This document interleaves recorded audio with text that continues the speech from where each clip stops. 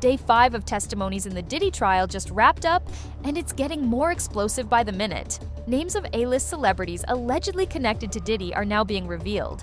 Jurors were handed a list of big names expected to be brought up during the trial. Meanwhile, one of Diddy's former bodyguards has come forward, claiming he was paid to stay silent, proving Diddy wasn't acting alone. This was a well-organized network working to cover up serious crimes. Here's why Michael B. Jordan, Kanye West, and more celebrities were name-dropped at Sean Diddy Combs' trial. As jury selection in the mogul sex trafficking trial got underway May 5th in New York, NBC News reports prospective jurors were shown a list of more than 100 names of people and places that may be referenced during the trial, including actors Michael B. Jordan, Mike Myers, and rapper Kanye West. While the aforementioned celebrities are not implicated in the case, the potential jurors were asked whether they knew any of the names listed and whether it would impact their ability to be impartial, per the outlet. Attorneys did not share an explanation for the list. The names of women who have taken legal action against Combs were also on the list, including his ex-girlfriend Cassie Ventura, whose November 2023 sexual abuse lawsuit against the rapper was settled one day after it was filed. Danity Kane alum Don Richard, who accused Combs of sexual assault in a lawsuit filed in September, was also listed. Combs has denied any wrongdoing in both cases. As the trial continues, several key witnesses and victims have mysteriously gone missing. Sources close to Diddy warn this is just the beginning. And whenever these trials come about, the closer you get to the trial date, a lot of things start happening to remove people from the case that are going to strengthen the case for the prosecution. And I feel like we're watching that take place now with one of the male sex worker guys who provided tapes to the feds. He's disappeared. And this is similar to what happened in the Tory Lanez case, where the bodyguard whose DNA was on the weapon, he disappeared. So I expect to see a lot of strange things take place. I expect to see the defense team do a lot of steps to lighten the image of Combs, and we've been watching that take place.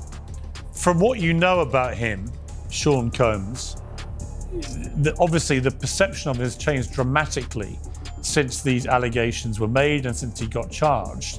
I mean, from everything we're seeing now, he seems a very unpleasant, nasty, violent piece of work. Is that a correct assessment?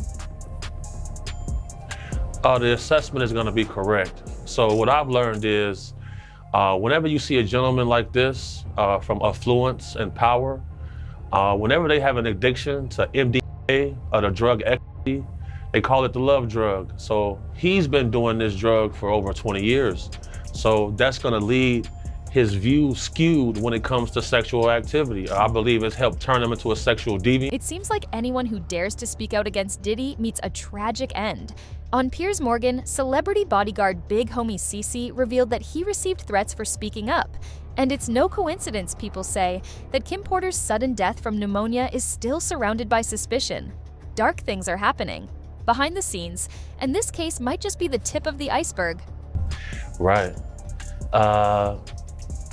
Well, Piers, let me ask you a question. From your journalistic perspective, have you ever noticed how in this industry, people untimely meet their demise soon as somebody else seems like they're having a problem? Have you ever seen that before? Well, there was, of course, the case of one of his other ex-girlfriends, Kim Porter, who died of pneumonia at a very young age. You just referenced your own situation with pneumonia that you believe was deliberate poisoning. Do you believe that may be what happened to her? Why are so many people coming down with pneumonia? Why is that happening to everybody? What is that about? Where have you ever seen this many cases of pneumonia associated with one situation? So, you know. There were rumors. I'm not saying. Well, I was going to mention on this that there have been rumors circulating online that Diddy may have poisoned Jamie Foxx, which caused his 2023 hospitalization. In his Netflix show, he compared Combs to the devil in revealing his near-death experience after a brain bleed and stroke. He said, I say this all the time, I saw the tunnel, I didn't see the light. It was hot in that tunnel. I thought, shit, have I gone to the wrong place? I looked up at the end of a tunnel and I thought I saw the devil saying, come on, or was that Puffy? I'm effing around, but if that was Puffy, at a flaming bottle of Johnson. Justin Bieber has finally broken his silence on the situation. Almost a year later, and is now trying to distance himself. The timing is suspicious.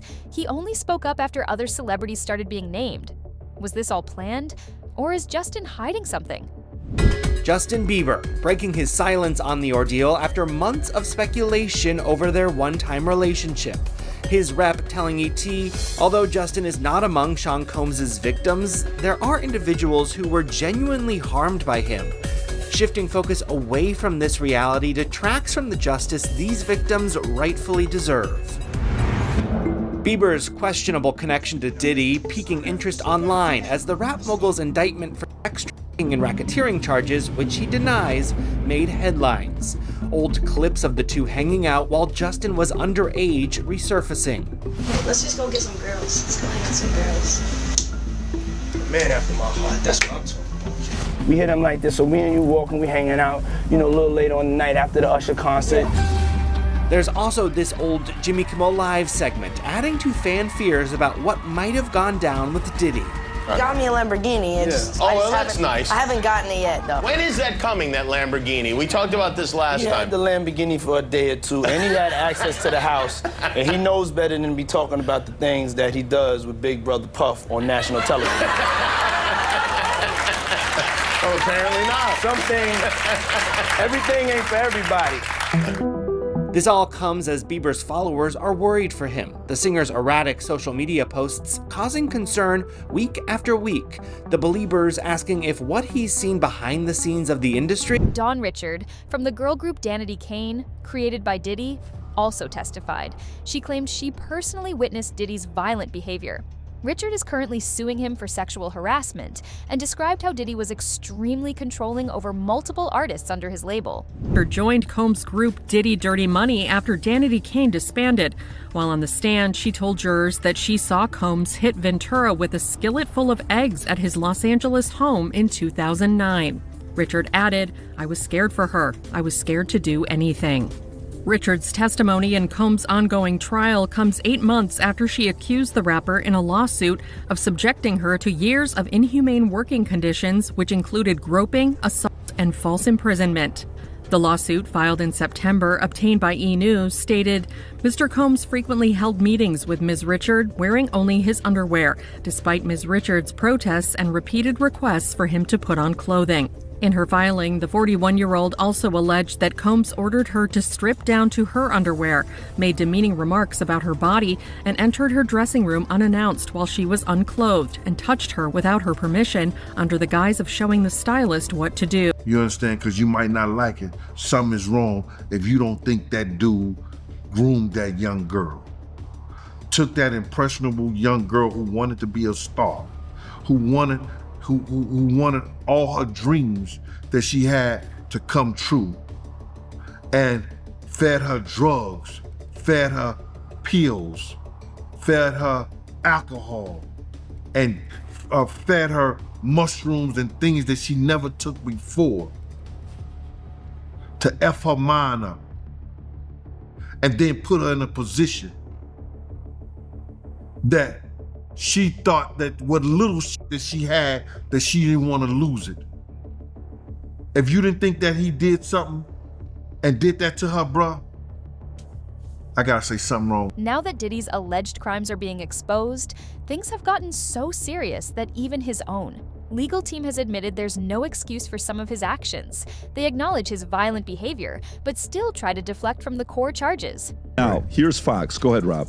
What jurors heard today were tales of appalling physical abuse by Sean Combs as prosecutors portrayed him as a monster who controlled people and plied them with drugs, threats, money, brandishing guns during these on-camera sexual performances that he liked to call freak-offs.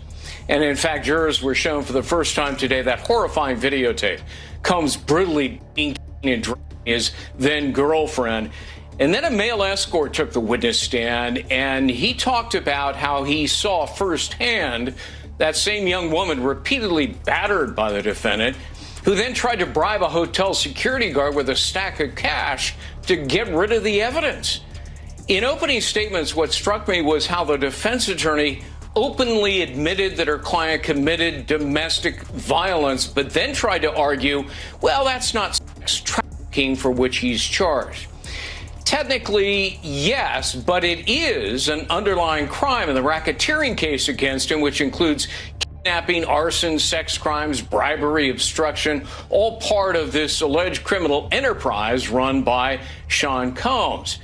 His attorney also admitted to the jury that her client's conduct is, quote unquote, indefensible, and that he may be a sexual deviant, but that doesn't make him a criminal, which strikes me as not a terribly great defense. Even on the day he was arrested, knowing full well that authorities were closing in, Diddy was allegedly still involved in a freak-off. When officers entered his hotel room, they found $9,000 in cash and bags of baby oil and Astroglide.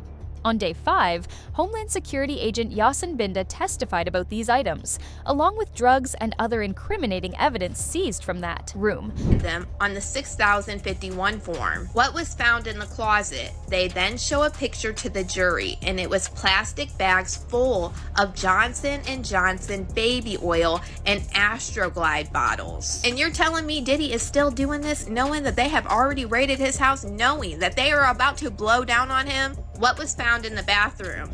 Several bottles of baby oil, and they showed that picture to the jury. Now the bedroom. What was found in the Louis Vuitton bag? Medication in the name of Frank Black. That is the name that Cassie Ventura said Diddy used as an alias. And what was the medicine?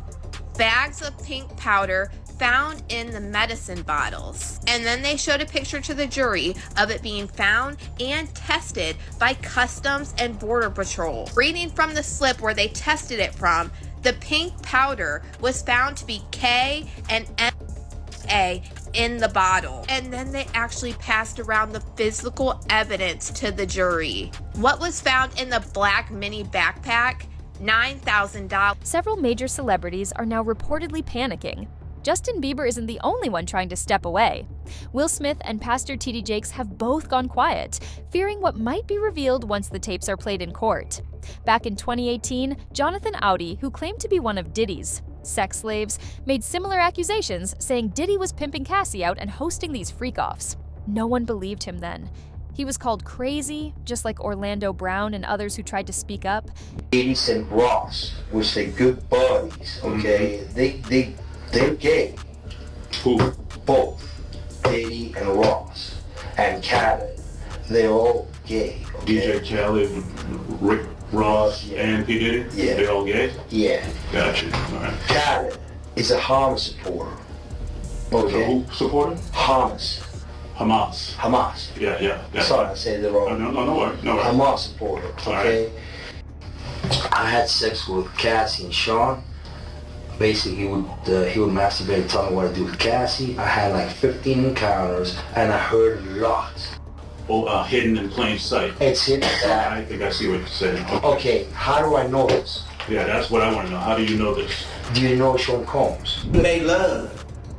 Who you made love with? Diddy, Bow Wow, Busta Rhymes. You just told me you seen Busta in the airport too. That motherfucker tried to act like he didn't know you. You smashed Drake? No, I never smashed. Oh, you made love to Drake. And Cat Williams. What's his name? Bro, you smashing a lot of people. What's the name? Terrence Howard. Terrence Howard. Terrence Howard. Usher. Usher's a gusher. As Cat Williams calls out Bishop T.D. Jakes and watches T.D. Jakes and Gino Jennings' response. I came in this business saying I was going to expose. When I talked about Michael Jackson, when I talked about R. Kelly, they canceled me for these things because why would you talk about another black dude? Race is not where the line is drawn. It's God's side and the other side. And we don't care nothing about the other side. Period. period. All of these big dick deviants is all catching hell in 2024. It's up for all of them. It don't matter if you Diddy or whoever you is, T.D. Jakes, any of them. All lies will be exposed. That's all. And anyone who takes that the wrong way, know why they take it the wrong way. Good, I'm good. I'm fine. I'm good because I know the truth. T.D. Jakes, do not speak against homosexuality. Diddy's legal team is sticking to familiar strategies, claiming this is all about race, that he's being targeted because he's black. But that narrative is falling apart as more disturbing details surface. His lawyer, Mark Agnifilo, made it very clear that race is going to be front and center. Let's switch our focus to the government. In my opinion, I'm just going to say it the way it is. No friend historically of the successful black man, okay? None. And they start making this case, in my opinion, as a takedown of a successful black man. Here's a man who has made some of the most important businesses owned by a black man. Run, owned, created, founded. The vision was that of a black man. What have we done? We have reduced him, not everyone, but a large amount of our society, to being a monster.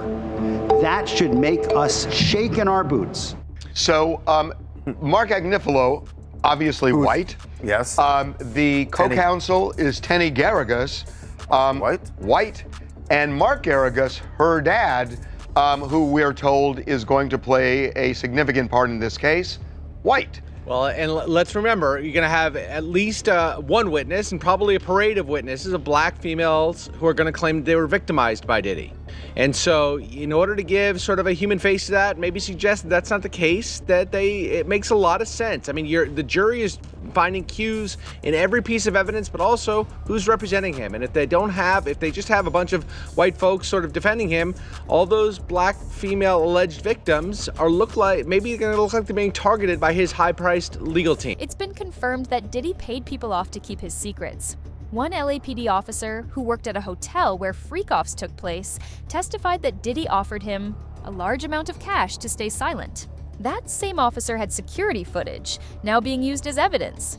The first witness to testify was Officer Israel Flores. He was the security officer back in 2016 when we saw that now infamous recording of Sean Combs allegedly beating Cassie Ventura in that hotel hallway. We heard from him. We watched the video in its entirety from multiple angles in order to see exactly what unfolded. And as we watch this video, I want to say, by the way, everything we're about to talk about during this live shot could be perceived as disturbing materials. Just want to give our viewers a little bit of a warning here.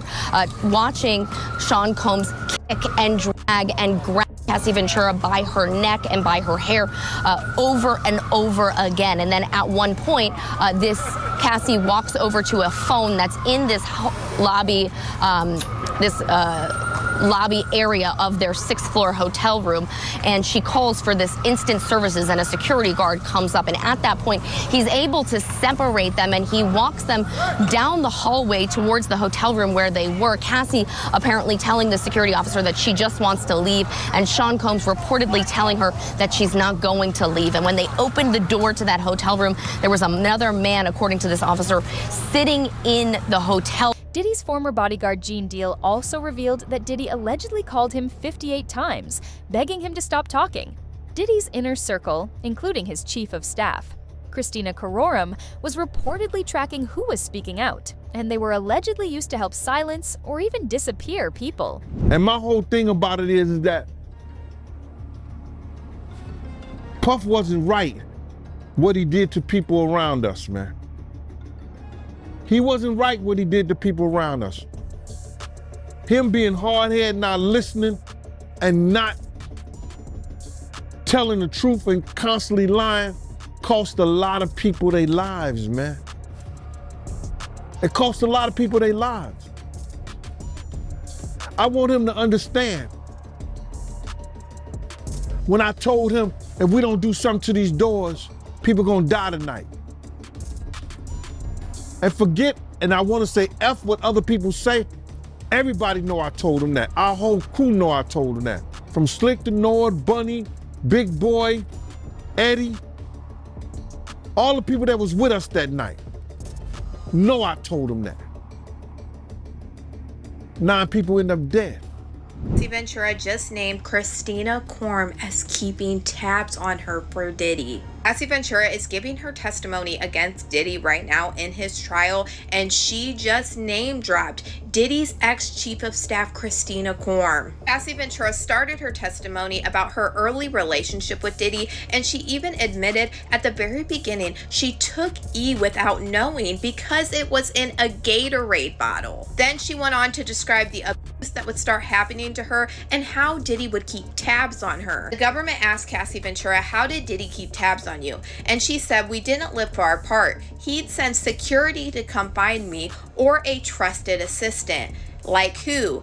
David James or Christina Korm. And we know that Diddy's ex-chief of staff, Christina Korm, has been named in multiple civil lawsuits with Diddy. So the fact that Cassie Ventura just listed her literally sent chills all the way up my spine. Because back in 2018 and prior, during Cassie and Diddy's relationship, I didn't even know if Christina Korm at this time would have any part in any of this. Cassie Ventura points out at this time, Christina Korm was only an assistant for Diddy. She wasn't even Diddy's chief of staff during this time. And I already know that this will not be the last that we hear about Christina Korm. I just didn't know it was happening this early on. Diddy's ex-assistant, Philip Pines, who was on the fall for Diddy, admitted that he testified to the grand jury against Diddy, and he showed us so many pieces of evidence in his documentary interview. He showed text messages between him and Christina Korm of Christina Korm asking for all of this ties into the shocking disappearance of a key victim.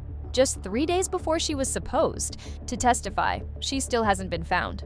This witness had agreed to testify publicly under her own name, fully aware of the risks. And now she's vanished. Are we really supposed to believe that's a coincidence? The selection of a jury in the Sean Diddy Combs case almost complete. Prosecutors are preparing for opening arguments on Monday, but they admit there's a snag. One of their key witnesses against the rapper appears to have gone missing. This comes as we learn that Combs' ex-girlfriend, who was seen on video being assaulted by the rapper, is pregnant. Here's Les Trent. Is a key witness in the Sean Diddy Combs trial backing out? Victim number 3, as she's called, was set to testify against the music mogul.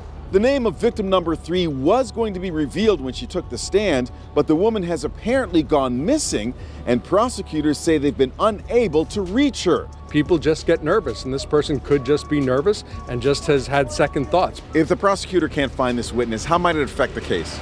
Look, I don't think it's going to have a tremendous effect. The prosecution is going to call a number of alleged victims. So look, this is just one less. Someone else is also getting cold feet. A juror sent an email to the judge asking to be removed from the panel for issues of personal well-being. Scent has consistently been one of the few voices calling out Diddy.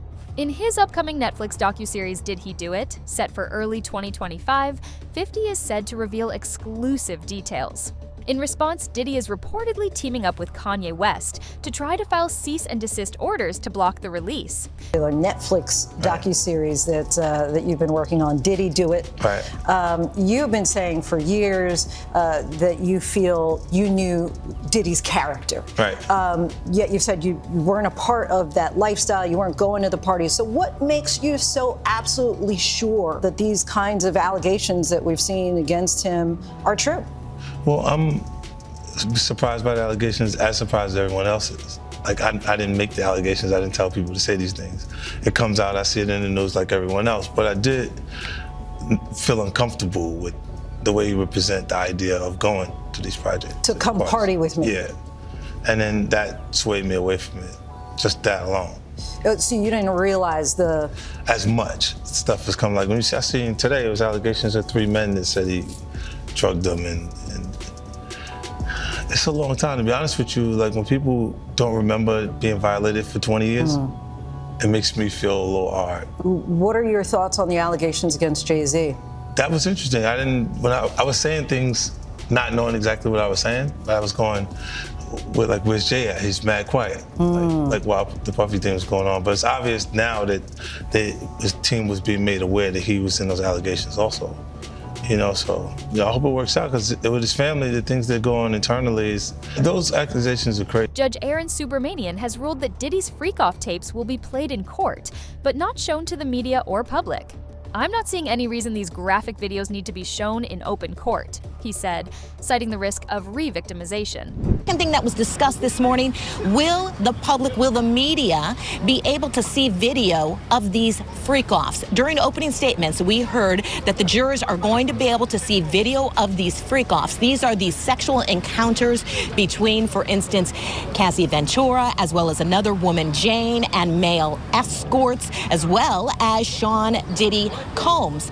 But there's an argument that only the jurors will be able to see these. So we'll have to see what happens. The judge is taking that under advisement. Right now, what's taking place is the continuation of the cross-examination of a man by the name of Daniel Phillip. Julie, he is the male stripper that was hired by, he said, Cassie to engage in sexual acts. From missing witnesses to shocking courtroom testimonies, this trial is shaping up to be one of hip-hop's biggest scandals.